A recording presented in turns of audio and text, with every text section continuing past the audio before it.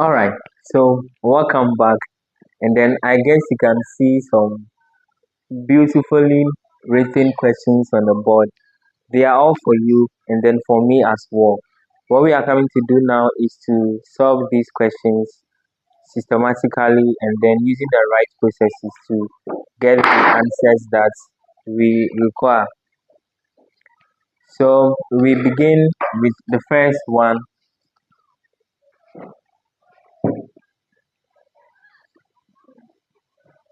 So the solution to the first question, it says that we should expand and then simplify. Now you know from binomial expansion that when you see a bracket and it is to the power 2, it means the bracket is multiplying itself. That is the same principle we are going to apply. When we are done with this expansion, then we now group like terms and then simplify to the lowest point, to a point that we cannot do anything about it anymore. So let's go through. I have 2x minus 3 up squared is the same as 2x minus 3, 2x minus 3.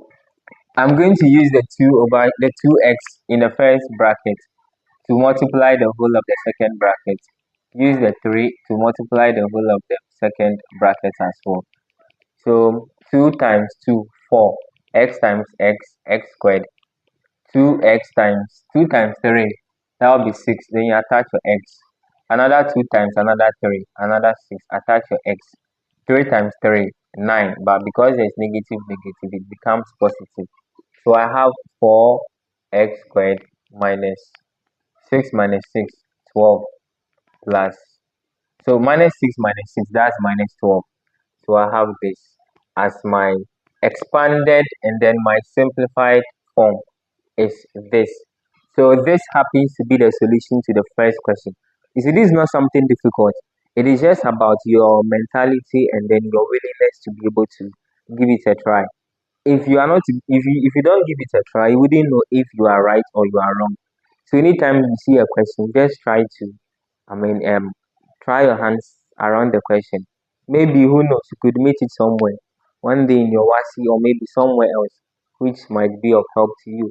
So let's do well to be tackling questions that we see. All right. Second question says that we should simplify the following. The first one I have is x squared minus 16 all over x minus 4, and then this is the first one. Now we we learned in algebraic expressions that when you have difference of two squares, I can see difference of two squares simply because I know that 16 is a perfect square and then x squared is also a perfect square. If you also believe that, then you can write this as x minus 4 against x plus 4, because this is how difference of two squares is gotten. And then we have x minus 4 as a denominator. Now I can see this and this are the same, so they cancel out, leaving x plus 4 as simple as this. So this also happens to be the solution to the first part of the second question. I take the second part, which is 4x squared y all over 2xy. I do the needful. 2 goes into 4. I can break this one down to their various components. 2 goes into 4, 2 goes into h of 1, and then goes into 4 2 times. X here, 1, x here. This will be x times x. So x goes into h of 1, goes into x squared, x times y here, 1, y here, 1, giving us 2 times x times 1, which is equal to 2x. So I have this. When I multiply this 2x with this 2xy, I get back my 4x squared y. Alright, the third one is 3x squared minus 12x all over 6x.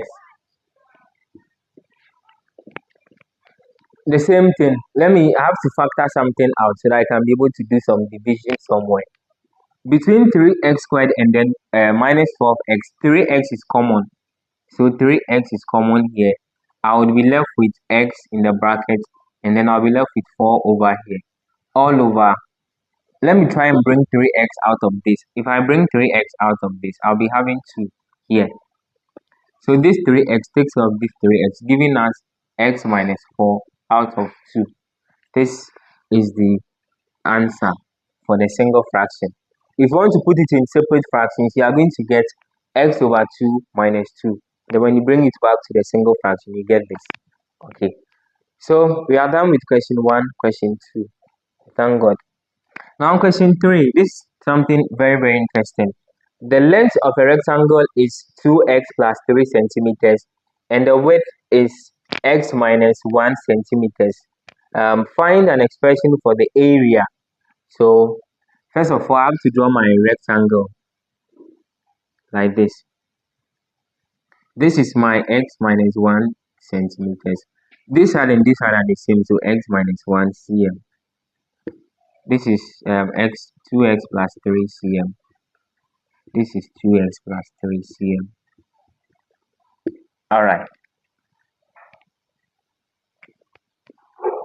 Please, without the arrows here, it means they are not perpendicular and they are not the same too. So we have to do all the demarcations. And then demarcations, they also include the angles that you put, the 90 degrees at each of the corners. Okay, so to find the area of a rectangle,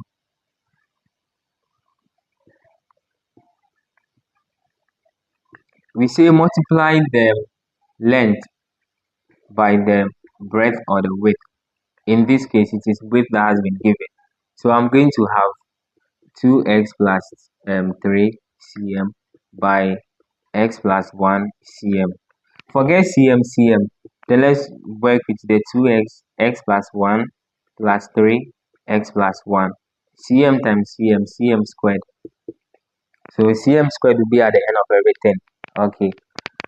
2x times x, 2x squared. 2x times 1, 2x. 3 times x, 3x. 3 times 1, 3. All these things is cm squared. 2x squared plus 5x plus 3, all cm squared. So this is an expression for the area. If x happens to be any value at all, you are going to get distinct values for the area or distinct measurement for the area depending on the value that you're using. Okay, so that is it for the question 3 as well. Question 4. The area of a square is given as 9x squared minus 12x plus 4. And then we've been asked to factorize the expression completely. And then find an expression for the length of one side of the square. We know a square has all the sides being equal. So this being equal. Okay. And then this is L. And then if you want to find the area of a square, it is given as the length times length, which is L squared. So it means that L squared has been given as 9x squared minus 12x plus 4. We have to factorize this. So I have 9x squared minus 12x plus 4. This is under one of the quadratic expressions with the ax squared minus bx plus c. 9 times 4, 36. I find 5 factors of 36 such that when I multiply, I get 36. But when I add, I get 12. And then the factors that I think I can use would be 6 and then 6. Negative 6, negative 6. So I have 9x squared minus 6x minus 6x plus 4. So this is going to be, what is common to 9x squared and 6x? That is 3x into bracket 3x minus 2 minus 3x outside. I have, minus 2 outside, 3x minus 2 inside. Okay. So this now, pardon me, my working is not going well. So 3x minus 2 by 3x minus 2. Since it's a perfect square and since it's a square, the dimensions should be the same. That should even tell you that this will be a perfect square. If we're to get this to be different from this, it means that our answer is wrong because the thing is a perfect square. So it should be having the same dimension. So perfect square. This is given by 3x minus 2 all squared. So this third one says that find an expression for the length of one side. So this is one side. This is just one side of the whole um thing. So this is 3x minus 2 like this for this particular one.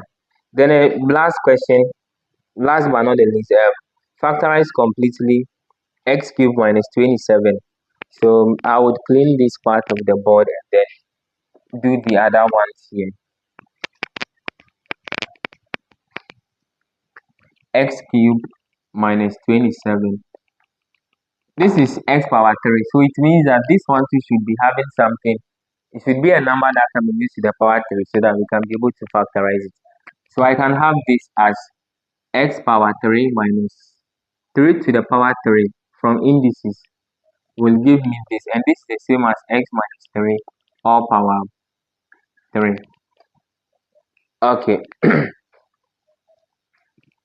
so yes, all power 3 simply means that I can write this as x minus 3, x minus 3, and then x minus 3. So when I expand this, I'm expected to get this one back. Let's try the expansion and see. If not, then we are wrong.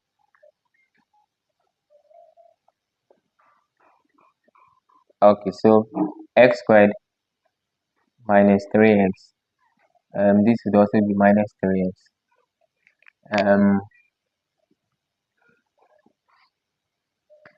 Okay, so this would be okay. Let's leave it. I see where we are going to. So this is what you are supposed to get when you factorize this completely. Okay.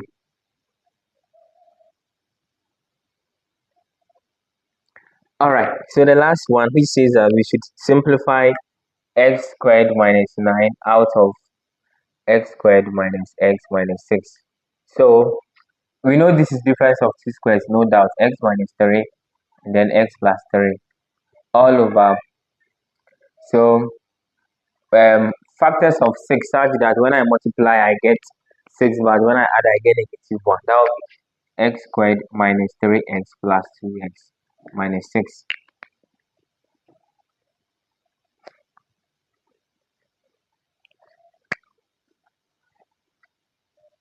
So if I have it, this is going to be x minus 3, x plus 3 all over x into bracket x minus 3 plus 2 into bracket x minus 3.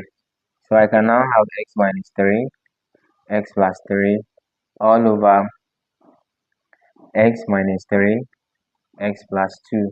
This and then this would go, leaving x plus 3 all over x plus 2.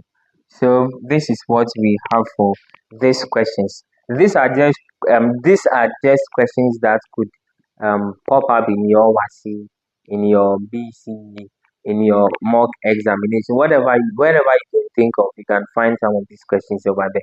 So please kindly subscribe to my channel so that you can reach the masses. And then thank you so much for spending your time to watch this. Do have a good day. Bye bye.